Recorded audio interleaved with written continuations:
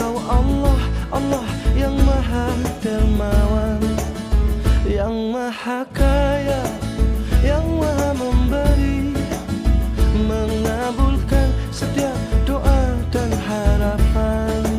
Segala duka hatiku hilangkan, semua salah dosaku mohon ampunkan, air mata lukaku hapuskan, doa hari-hari ku kabulkan.